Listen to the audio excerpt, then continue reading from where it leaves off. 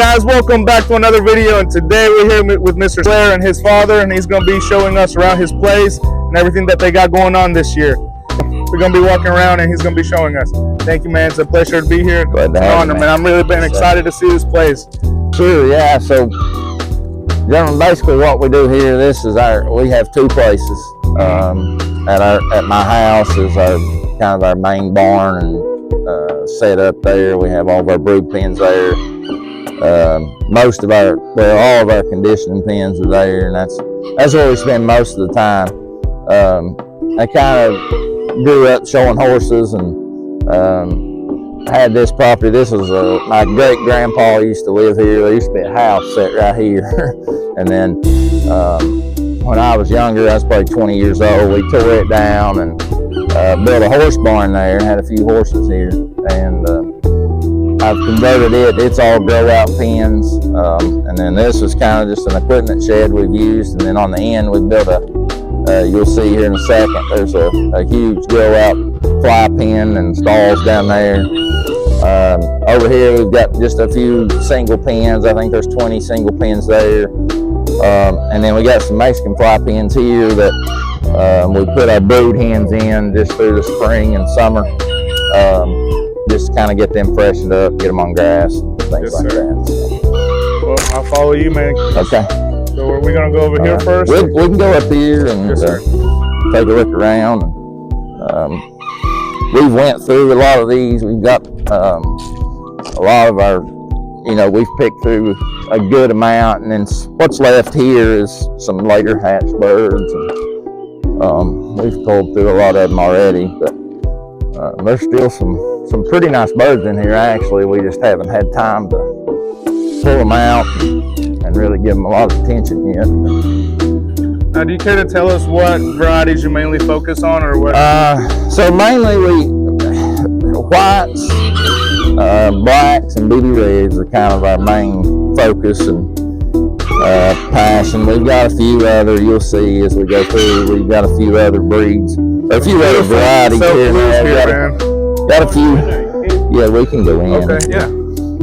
But we've got a few self blues, we've got a few blues, some splash here and there that you'll see. But we raise very few of those. And, we raise some ducklings. We've had ducklings quite a while, but we just don't focus on them as much and get the numbers.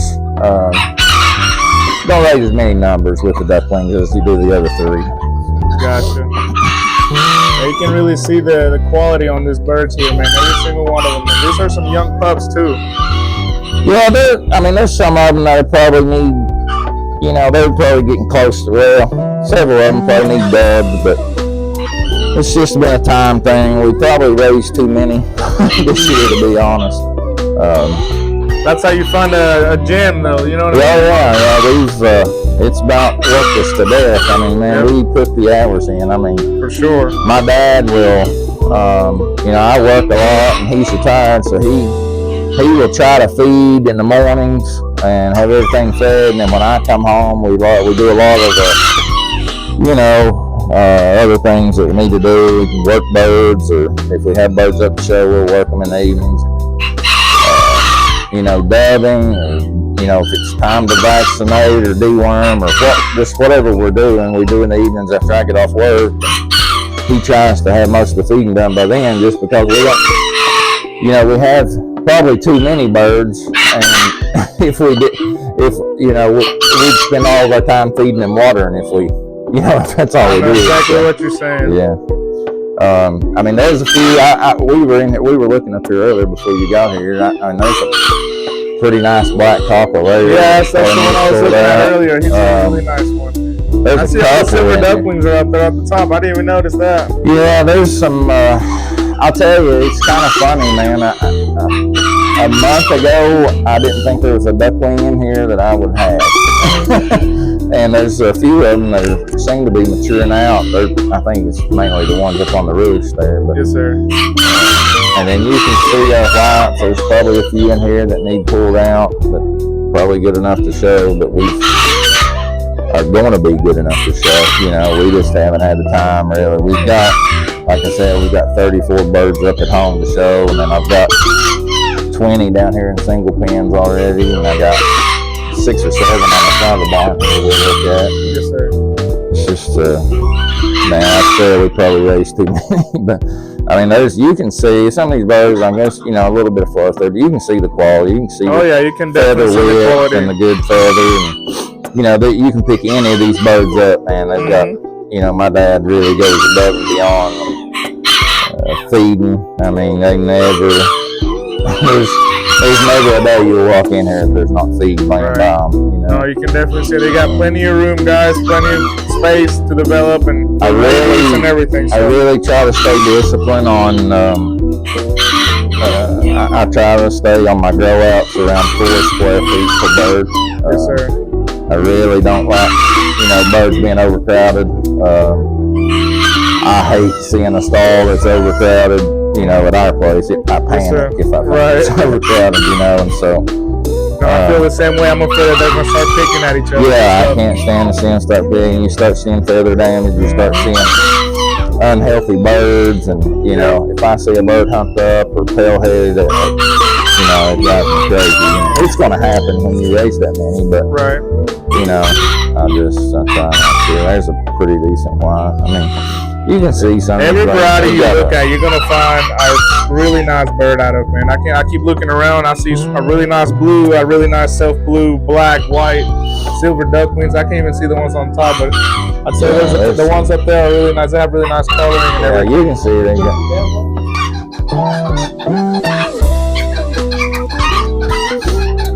Now, what line of blacks and whites do you been focusing on? So our whites, we only have one bloodline of whites. That's right. We and I don't know. I'm sure you probably familiar with Mr. Jim Kinsley. Oh yes, sir. Jim went a long time without letting any birds out, and I got to know Jim several years ago, and we became really good friends, and. Still didn't get any birds, but we got close, and I don't know. You guys are, people that know Jim or close to him are aware he's had a lot of health problems over the last couple of years, and so about 3 years ago we were able to get some birds from Jim, and to be honest, that's really been our main focus since then. Are those whites, and. We just love them. I mean, we've always wanted a quality white. We've tried a couple of different lines before then, and to be honest, we got rid of all the whites, and we said we pretty much made the decision if we can't have whites from Jim, we're not going to have whites. So, but we've really focused on them since we got them from Jim, and then the sad part is Jim had a guy while he was in the hospital. Actually steal all his birds. I remember that. I hated all his birds, feeders, waters, supplies, everything. So, I'm sure there's some people out there that's got some of this blood, but I'm trying my best now, just out of respect for him, to try to keep it going as best as I can. For sure. Not try to add anything else. No, I'm just trying to keep them going. Yes, sir. And Jim put nearly 40 years into them, so. That's awesome, I'm not trying to make them better. You're trying to keep them going. And you guys can definitely see it. Body, beautiful wing carriage, big tails, good secondaries, plenty of saddle feather and hackle, man. These whites are quality. I'll tell you, we've got our blacks, they're good birds. Our BBs are good birds. But the main difference I see in our whites are the percentage of the birds you raise that make potential show birds. They're not all winners. They're not all, but it's just the percentage of the birds that we raise, the ones that finish out here, that are just nice birds compared to other lines that I have. It's just unbelievable, the difference. I mean, we raise a lot of birds, like you said earlier, to try to find a gem, and to try to find some good show birds. But the amount of whites that we, single out to actually we see potential in to put up in a single pen is unbelievable. I mean, higher than any other variety that you have. Very, very much higher, probably more than double. And I think it's all reflective of the work Jim That's did. exactly what I was about to say. 100% of the that credit reflects for it. a lot towards all that time. That's work all that work that Jim put in it. Jim was consistency, consistent, and he was.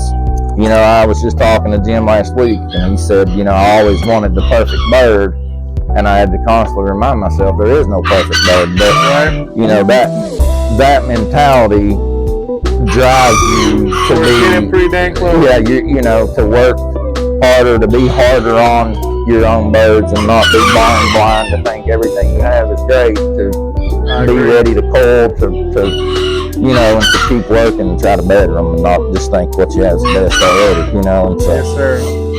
I agree 100%. You can always get better. You can always improve. They're not the best birds out there. They're probably not the best flights out there. But in my mind, we love them. I mean, we get good, like I said, good color out of them, good bodies, good wings. I mean, there's not a. You can definitely see the body in these guys. Yeah. They have a hell of a body on them. And I'll show you young guys when we get over to the house. I'd love to see the ones that are some birds we got up. Oh man, I'm really excited to see those. Yeah. You'll be surprised. Oh man. Yeah, that's why I've been looking forward to this. Just because I know the quality you guys have. Yeah, we got it. I'm excited. My daughter got a hold of us last night, and she's an aspiring hairdresser. So nice. We got a surprise for you there for sure. Oh man. Oh, look at this guy right here. Yeah, he is. You can see we've raised too many. We run out of room. We've even got single pens put up in the barn hall here, but oh my God, it's a monster right there.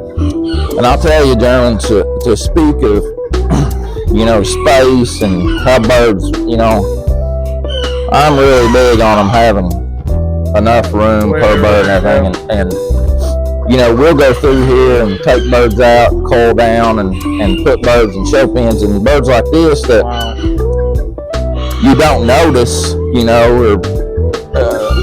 and then it's like you thin the numbers down, and you come back a week or 2 weeks later, and you'll see birds that have bloomed, because of the space and everything, pecking order and things like that has changed. And that's a lot of people don't realize that the stress that can cause on them having such a little space will really affect the way that their feathers will push out and will come out. Absolutely. So if you the more room you have for your birds, the less stress they'll have, and they'll be able to bloom as best as they can. One of the things I really I learned the hard way, to be honest. And anybody knows, that's been around this business very long, we've not showed birds a lot. We're just now getting to the point with our birds where we're producing enough numbers to be able to show a lot. We showed a couple times last year and did well, but the thing was,